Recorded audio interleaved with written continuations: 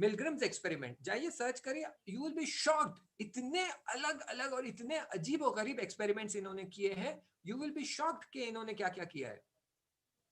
मिलग्रम्स experiment, मिलग्रम्स experiment क्या कहता है?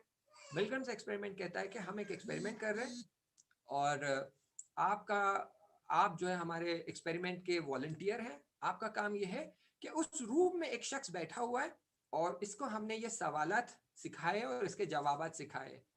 अब आपको इसका टेस्ट लेना है। हमने इसके हाथ पे इलेक्ट्रोड्स लगा दिए हैं। हर बार ये गलत जवाब देगा, आपको इसे शॉक देना है। और आप जो शॉक देंगे, हर बार वो गलत जवाब देगा, आपको हायर इंटेंसिटी का शॉक देना है। यानी आपके सामने इतना बड़ा उन्होंने एक मशीन रख दिया जिसका सबसे पहला लेवल है शॉक का 2 volts, then 5 volts, then 10 volts, then 16 volts. इस तरह वो बढ़ाते बढ़ाते 240 वोल्ट्स, फिर 300 वोल्ट्स, 350 वोल्ट्स, 450 वोल्ट्स, फिर आखिर में उन्होंने एक रेड बटन रखा जिसपे एक्स मार्क डाल के रखा। यानी ये कि अगर ये दबाओगे तो अंदर वाला शख्स मर जाएगा। अंदर जो शख्स बैठा है वो इनका एक्टर बैठा हुआ है, जिसे हर बार जब यहाँ एक शख्स बटन दबाता है तो वहां लाइट खुलती है और उसे पता चलता है कि कितनी इंटेंसिटी से लाइट खुली है, यानी इतनी इंटेंसिटी का इसने बटन दबाया है, तो वो उतनी ही शिद्दत से अंदर से चिल्लाने लगता है।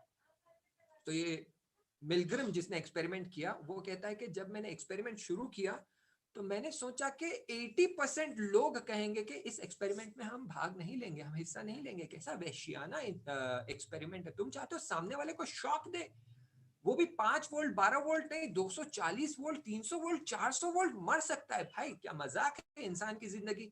हम इस एक्सपेरिमेंट में काम नहीं करेंगे और वो छोड़कर चले जाएंगे। तो मिलग्रम कहता है कि मुझे लगता था 80% लोग ये बोलेंगे और छोड़कर चले जाएंगे और 20% लोग इसमें शिरकत करेंगे और 20% लोग जो है वो जो है 50 वोल्ट 60 वोल्ट से ऊपर नहीं जाएंगे। जब एक्सपेरिमेंट खत्म होता है तो वो अपना सर पकड़ के कहता है कि मैं ताज्जुब कर रहा हूं कि मेरे अंदाजे के खिलाफ मोर देन 90% लोग इस एक्सपेरिमेंट में खुशी खुशी शिरकत करे हैं और इसमें से 20% लोग ऐसे थे जो आखिरी बटन तक जाकर वो लाल वाला बटन भी दबा चुके थे। और मेरे लिए सबसे परेशानी वाली बात यह थी कि कुछ अफराद ऐसे थे कि जब जब वो ज्यादा दर्जे का शॉक दे रहे थे, यानी 120 के बाद 160 दे रहे थे, 160 के बाद 200 दे रहे थे, तो उन्हें खुशी हो रही थी, वो हंस रहे थे अंदर से। जो ईविल हंसी होती है कि सामने वाले को अजियत हो रही है, वो अंदर से उनके खुशी और वो जो हम कहते हैं ना दिल में लड्डू फूट रहे थे, वो खुश हो रहे थे। और फिर इसने ये कहा कि जब भी ये बटन दबाने में कोई रुक जाता 20 वोल्ट के बाद 25 वोल्ट के बाद, तो यहाँ एक बंदा खड़ा होता है जो डॉक्टर का लिबास पहना हुआ होता है और वो कहता है कि भाई एक्सपेरिमेंट ये चाहता है कि तुम कंटिन्यू करो। अगर ये शख्स कहता है नहीं मुझे लग रहा है उसे अंदर दर्द हो रहा है, मैं कंटिन्यू नहीं कर सकता, तो ये सिर्फ यही एक जुमला कहता है, यहाँ डॉक्टर खड़ा हुआ साइंटिस्ट का लिबास पहना हुआ, कि the experiment requires you to continue, so please carry on.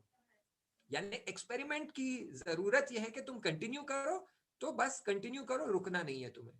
और अक्सर लोग कहते हैं जी सही, ओके फाइन, और वो कंटिन्यू करते। इस एक्सपेरिमेंट का नतीजा क्या निकला?